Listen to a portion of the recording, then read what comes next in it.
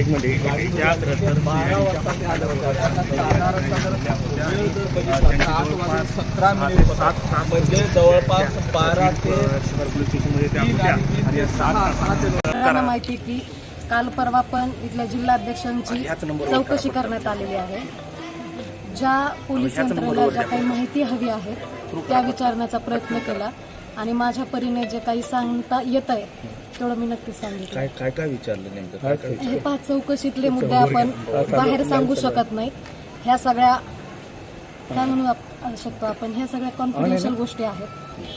पण मागच्या 7 तासापासून तुमची चौकशी होते. 7 तास नेमकं काय विचारलं? नाही 7 तासापासून असं नाही, माझ्या अगोदर पण बऱ्याच लोकांची चौकशी करण्यात आलेली आहे. मी काय एकटीच नाही. आज माझ्या माहितीप्रमाणे 8-10 लोकांना नोटीस दिलेली होती.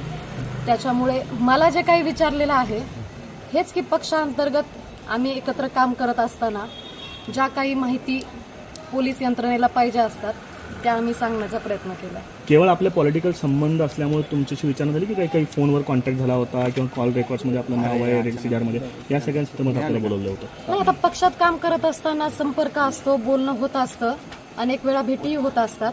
तर या सगळ्या गोष्टींमुळे जेव्हा आपल्याला माहिती आहे की राजकीय सगळ्या गोष्टींमध्ये बऱ्याच वेळा फोटो आणि फोन होत असतात, या सगळ्या माहिती सगळ्या प्रशासनाला मिळाल्यामुळे त्यांनी एकंदरीतच या सगळ्या गोष्टींबद्दल उत्तरावरती त्यांचं समाधान झालेलं आहे का आणि पुन्हा कधी बोलवलं? 100% समाधान झालेलं आहे. एक पक्षाची पदाधिकारी म्हणून आणि पक्ष म्हणून या सगळ्या यंत्रणेला सपोर्ट करणं आमचं काम आहे.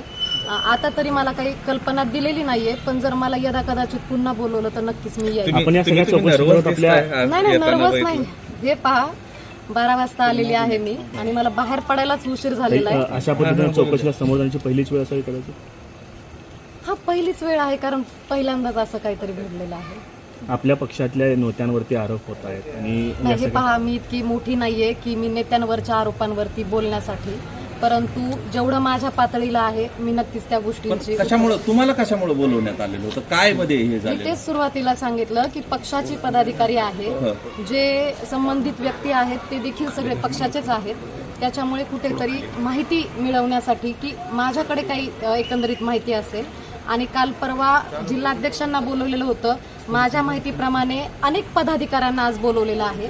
बीड पोलीस स्टेशनला जरी 7-8 लोकांना बोलवलं असेल तरी मला असं वाटतं केस पोलीस स्टेशनलाही बऱ्याचशा लोकांना बोलवलं. म्हणजे एकंदरीतच 40 लोकांना बोलवलेले, 40 लोकांच्या चौकशा केलेल्या आहेत. कुठंतरी दबाव महसूस करतात, प्रेशर आहे?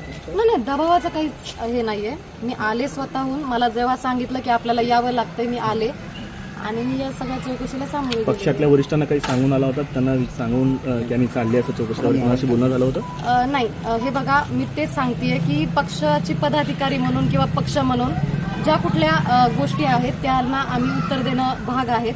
आणि मला माहिती आहे की नक्कीच पक्षाचे जे पण माझे वरिष्ठ, ज्येष्ठ वरिष्ठ आहेत त्यांनाही ह्या सगळ्या गोष्टी माहीत असणार आहेत.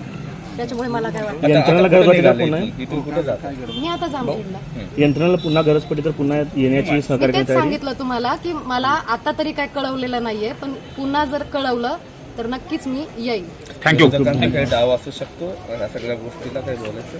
नाही, विरोधकांवर काहीच नाही सध्या बोलत आहे. मी सांगितलं की मी ह्या प्रशासनाला जेवढं काही शक्य होईल त्यांनी सांगितलं तर माझं हजर राहणं काम आहे. विरोधकांचं इथं काही मला संबंध नाही. थँक्यू. प्रत्येकाच्या मनामनातील, मातीच्या कणाकणातील आपल्या व आपल्या हक्काची ललकारी महाराष्ट्राचा पुढारी पाहण्यास विसरू नका.